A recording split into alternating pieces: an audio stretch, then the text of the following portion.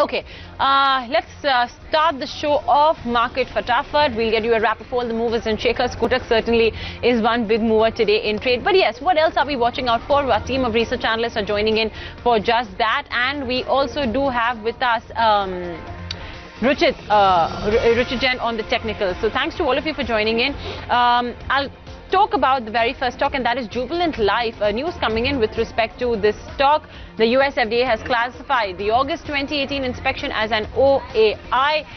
This is with respect to the solid dosage formulation facility in Rupee. The stock has fallen for the third straight session. It's below the 200 daily moving average, and the trading volume is 3 times more than the 20-day average. So that's Jubilant Life for you.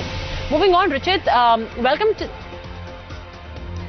Okay, Ruchit in fact does have Jet Airways on his radar, and aviation stocks in general are very weak. This one is down by about 5.2%. You could attribute it to the massive crack as well that we witnessed in crude prices. So Jet is a big loser today in trade. Karunya, some news coming in with respect to Airtel. That's right. In fact, this is regarding their overseas arm. The Niger government has ordered the closure of Bharti Airtel's wholly owned arm in Nigeria, and this is because of non-payment of dues, which are worth 764 crore rupees in unpaid taxes. And what's interesting is that the company, however, has denied and completely disputed the claim. Do remember that the tax includes fine of 122 crore rupees, so which amounts to 760 crore in total, almost $110 million. 2.5% lower for Bharti Airtel in trade, but I think that's really the case with the entire market. Vivek, PNB Housing, some news updates over there as well?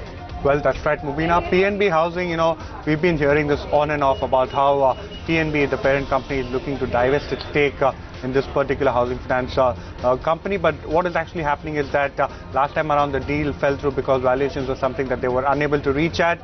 Now today again newspaper reports have suggested that they've restarted the entire process and have gone ahead and appointed investment bankers for the same.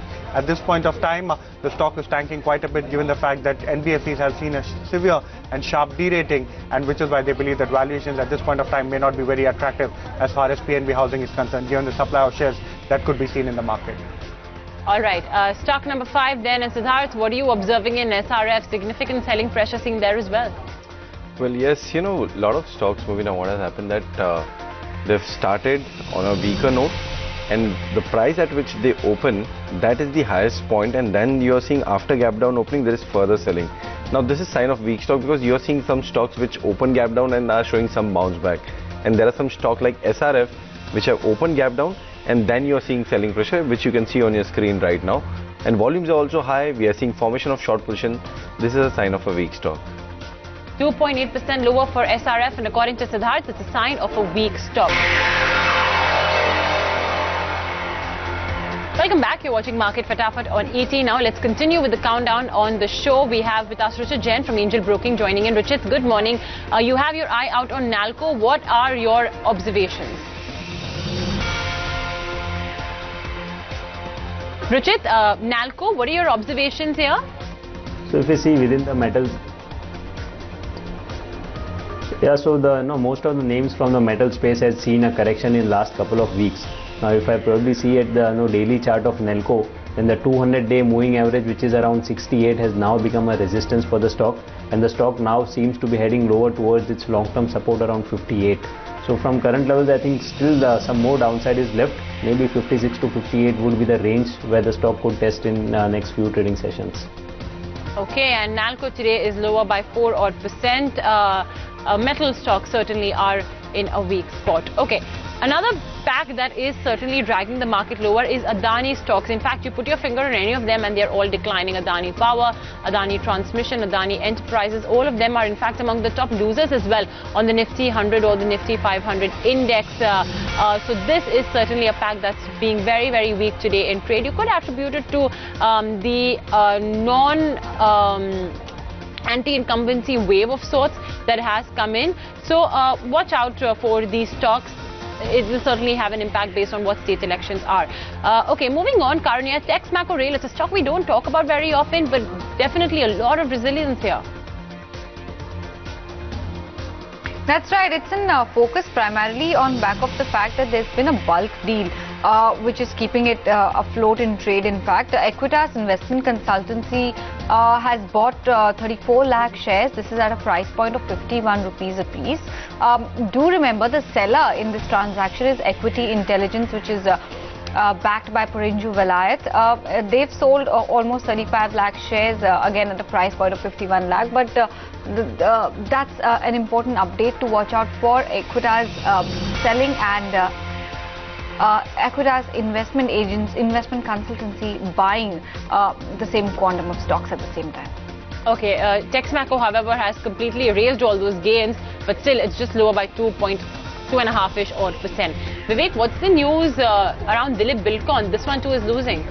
Well, that's right, Mubina. Mubina, what actually happened with Dilip Bilkon? The company was doing one of the projects in Maharashtra, and newspaper reports had suggested that the company had received a demand penalty from that particular district, given the fact that the company had violated some of the agreements that they had earlier signed upon. However, the company has come up and made a plea. They've actually told the exchanges that at this point of time we haven't received any plea, but the company upfront has made a one-time payment of 80 lakhs, and this is more of a goodwill gesture that the company has made. The company is saying that at this point of time, most likely the district will go ahead and withdraw the fine that they had actually appealed for. Okay, so it's 3.9%, still lower on Dilip Bilkon, despite the clarification from the company to the exchanges. Siddharth, we are talking about Adani stocks, and you're highlighting Adani Enterprises. On the charts, what are you seeing in the way the stock is moving today? So you rightly pointed out, Mubina, that most of the names are doing bad when it comes to Adani Group. Adani Enterprises, gap down opening. It is seeing formation of short positions.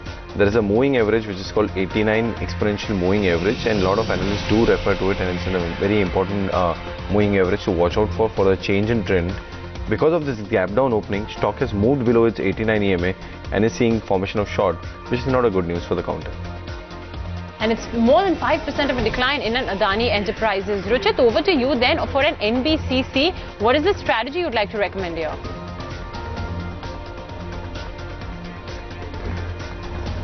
I think this has clearly been one of the underperformer amongst the mid-cap basket. If I see last 1 year of data, the stock had registered a high during last year somewhere around 140 kind of levels, and now it's trading sub 50 levels.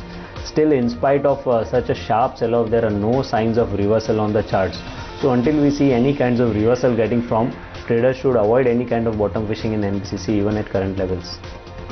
And it's 4.6% lower for an NBCC. Certainly been an underperformer, as Richard flagged off among the mid-cap space.